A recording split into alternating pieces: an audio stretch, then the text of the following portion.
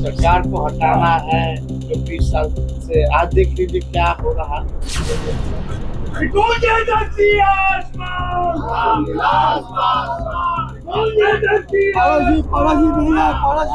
आगे आगे अपराधी विश्वसरिया भवन के सामने गोली चली, वो अपराधी ने पकड़ा गया। इंडिया भारत ने छोड़ दिया है। हम ध्यान दें और भाई ना उसी पे हमारे। नमस्कार, लाइव सिटीज देख रहे हैं, आपके साथ मैं हूं वसीम खान। देखिए अभी नेता प्रतिपक्ष तेजस्वी यादव चाचा के घर पहुंच गए। देखिए खूब गुस्से में हैं और गुस्से से लाल तेजस्वी यादव ने बहुत कुछ कह दिया है। वहीं दूसरे तरफ चाचा महागठबंधन का हिस्सा होंगे, बहुत कुछ तेजस्वी यादव ने कैमरे पर बता दिया है। कह रहे हैं बहुत जल्द तिथि भी बता दूंगा। सबसे पहले आप नेता प्रतिपक्ष तेजस्वी यादव को देखिए पशुपति कुमार पारस के घर के अंदर की तस्वीरें हैं, जहां पर पशुपति कुमार पारस के साथ साथ नेता प्रतिपक्ष तेजस्वी यादव, मंगीलाल मंडल, चंदन सिंह, ये सब हैं। देखिए पत्रकारों से क्या कुछ कहेंगे तेजस्वी यादव, ये भी हम आपको दिखाएंगे इस वीडियो में। के अभिभावक रहे और देश के बड़े महान नेता, सबकी आवाज को उठाने वाले स्वर्गीय रामविलास पासवान जी की जयंती समारोह में हमको पारस जी ने, जो हमारे अभिभावक भी हैं, उन्होंने निमंत्रण दिया। तो आज हम लोग जो है श्रद्धा के सुमन हम लोगों को अर्पित करने का मौका मिला उनके चित्र पे। आज रामविलास जी को हम लोग नमन करते हैं और हमारे अभिभावक पारस जी हर साल जो है बड़े धूमधाम से जो है जयंती मनाने का काम करते हैं। और हम लोगों से तो पुराना पारिवारिक संबंध रहा है और हम लोग तो उस समय बहुत छोटे होंगे जब पहली बार ये मंत्री बने थे, या छात्र जीवन से भी लोगों का पिताजी का जुड़ाव रहा है। हम तो भाई 77 वाले हैं, मेरा तो 89 में जन्म हुआ, लेकिन हम लोगों का संबंध हमेशा से पासवान जी, पारस जी से हमेशा संबंध बना रहा। कभी कोई बात हो जाती थी तो हम लोग मिलकर के, हमारे पिता पारस जी सारा काम तो अपना पार्टी का देखते थे। जब भी कोई पिताजी को कुछ कहना होता था, पासवान जी को कुछ कम्युनिकेट करना होता था, तो बड़ी भूमिका पारस जी की रही है। और पारस जी तो संगठन करता बहुत बढ़िया, जो पार्टी को जो इन्होंने सींचा, जो दलित सेना जो इन्होंने बनाने का काम किया, तो इन्होंने भी सामाजिक न्याय की लड़ाई लड़ी, इनका योगदान रहा दलितों के आवाज को उठाने के लिए। तो दायित्व बनता था। पिछले बार भी निमंत्रण दिए तो हम थे नहीं, पटना रहते तो हम जरूर आते पापा के साथ, लेकिन उसमें मेरे पिता जो है वो गए थे, शामिल हुए थे। आज हम लोग यहाँ उपस्थित हैं। बाकी आप लोगों का जो सवाल है वो तो वही है, क्या होगा। सवाल ये है कि एनडीए पारस जी ने छोड़ दिया है। हम जान रहे हैं और वही ना उसी पे हमारे आप लोग का समय बचा रहे हैं। बेफालतू का वो बात नहीं करनी। देखिए हम लोग सब लोग पॉजिटिव हैं। इनकी इच्छा हुई कि महागठबंधन में आए, धर्मनिरपेक्षता, सामाजिक न्याय को हम लोग जो है मजबूत करें।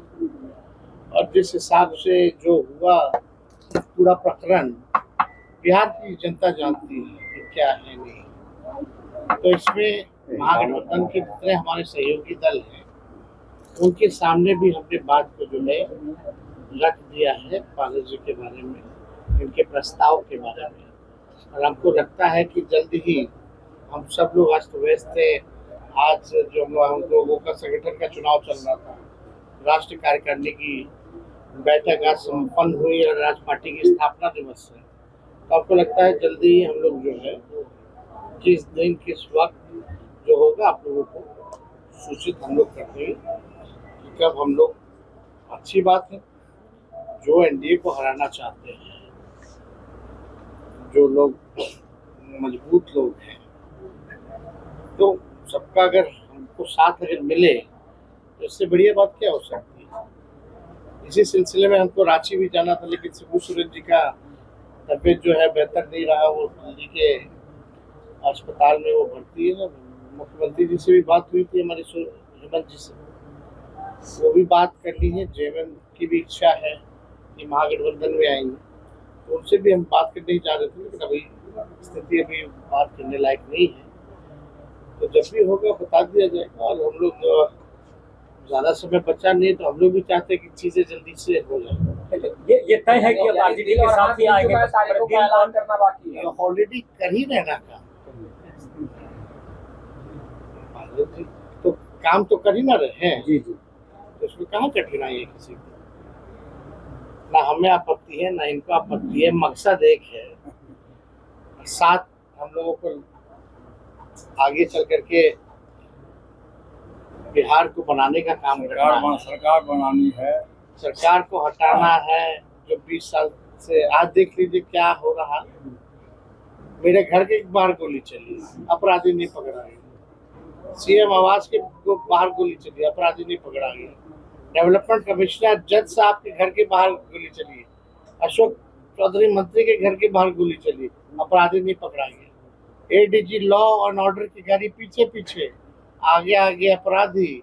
विश्वेश्वरैया भवन के सामने गोली चली, वो अपराधी नहीं पकड़ा गया। खेमका जी के बेटे की हत्या 6 साल पहले हुई, वो अपराधी नहीं पकड़ा गया। आज खेमका जी के पिता की हत्या कर दी गई। पटना का जो दिल कहलाने वाला जगह है गांधी मैदान, उनके घर के बाहर अपराधी गोली मार के जा रहे हैं। कहाँ है सुशासन? ये राक्षस राज आ गया है। और ये सरकार जो है, 3 बार पटना का एसपी बदला गया है। क्यों भाई? परफॉर्मेंस पे नहीं, एबिलिटी पे नहीं। ये सरकार चुनाव को देखते हुए जाति समीकरण के हिसाब से ट्रांसफर पोस्टिंग कर रही है कि फलना इस जात का यहाँ बनो और उसको वो नुकसान करो। पैसा पे हो रहा है ट्रांसफर पोस्टिंग पूरे बिहार में। तो अपराधी तो बेलगाम हो गए, जितना नॉन परफॉर्मर सब आ गया है फील्ड में, और जो परफॉर्मर है जो अधिकारी, उसको आप सेंटिंग कर दिए हैं, तो अपराध तो बढ़ा ही। आज कोई पूछने वाला है कि आप लोग सवाल, मुख्यमंत्री से ये सवाल नहीं पूछना चाहिए? ये मिलते कहाँ हैं इंडिया से? तो आप समझ जाओ, ऐसा सीएम जो मिलता ही ना हो, ढूंढना पड़ता हो, वो बिहार के लोगों को चाहिए क्या? सर सिवान में भी सवाल खुद में ही बड़ा। कल सिवान में घटना हुई है, हर जगह कौन सा ऐसा दिन नहीं जहाँ घटना नहीं हुई? 2 घटना के बाद सीएम की विधि व्यवस्था को लेकर समीक्षा बैठक की है।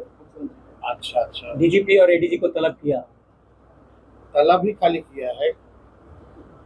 जहाँ गोली चली है 10 कदम दूर डीएम साहब का घर, 10 कदम दूर एसपी साहब का घर, थाना है, मौर्या होटल है। सबसे ज्यादा सीसीटीवी कैमरा उसी में लगा हुआ है, क्योंकि गांधी मैदान में भीड़ भाड़ होती रहती है, और तब से सबसे ज्यादा सीसीटीवी उसी रोड में लगा हुआ है। दुकानें हैं। थाना को आने में 2 घंटा लगेगा। दौड़ के जाना हो तो 2 मिनट में पहुंच जाता थाना वाला लोग, लेकिन 2 घंटा क्यों लगे? एक्शन, सुनवाई कहाँ हो रही है? कार्रवाई कहाँ हो रही है? कहीं अगर कार्रवाई हुई हो, हु इज रिस्पॉन्सिबल?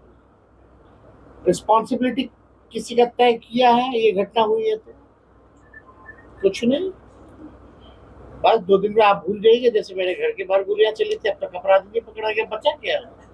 जो बिहार का सबसे सुरक्षित इलाका अब सुरक्षित नहीं है, तो अब बचा क्या? ये जो घटना है दिल दहला दिया है, इससे पूरा बिहार हिला हुआ है।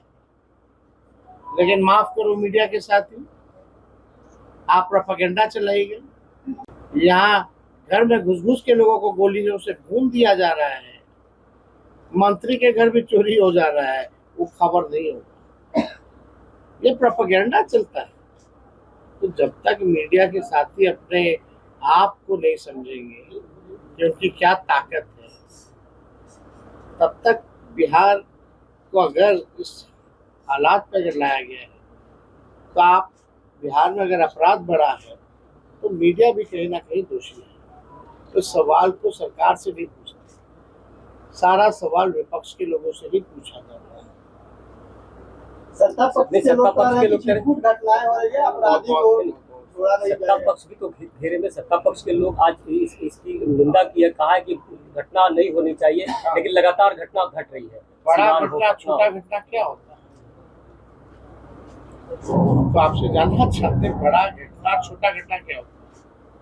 घटना घटना होती है। अमीर बड़े चाहे गरीब बड़े, चाहे गरीब को मार रहे हो गोली या अमीर को मार रहे हो, वो तो खेमका साहब का नाम सब लोग जानते हैं, नामी व्यक्ति हैं, इसलिए मीडिया की मजबूरी हो गई। नहीं तो डेली गोली चल रहा है, डेली दलित बच्चियों के साथ गैंगरेप हो रहा है, तो पूछने वाला है क्या जी? तो ये स्थिति बनी हुई है। बढ़ते हुए अपराध को लेकर आप लोग सड़कों पर उतरेंगे क्या? जिस तरह से आप लोग कहते हैं कि अपराध बढ़ गया है। आप ईमानदारी से खबर दिखाइएगा क्या? जिस दिन दिखाइएगा उस दिन हम लोग उतरेंगे। आप लोग तो हमेशा से उतरे, विधानसभा में आवाज उठाया है, सड़कों पर हमने लड़ाई लड़ी है। हर जिला जहाँ पीड़ित परिवार है, उस पीड़ित परिवार से हम लोग मिल रहे हैं। मीडिया जो काम नहीं करता था, तेजस्वी अपने ट्विटर पे बुलेटिन जारी करता है। और क्या चाहिए आपको? लेकिन सरकार के लोगों से पूछिए। तो आपने देखा और सुना भी, नेता प्रतिपक्ष तेजस्वी यादव को लॉ एंड ऑर्डर को लेकर खूब गरजे हैं, जमकर सवाल खड़ा किया है। वहीं दूसरे तरफ चाचा पशुपति कुमार पारस महागठबंधन का हिस्सा होंगे।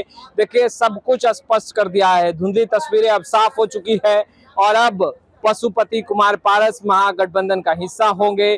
तेजस्वी यादव ने भी चाचा पशुपति कुमार पारस का हाथ थाम लिया है। फिलहाल इस वीडियो में इतना ही। अब तक आपने हमारे चैनल को सब्सक्राइब नहीं किया है, तुरंत सब्सक्राइब कर लें। आपका बहुत बहुत शुक्रिया।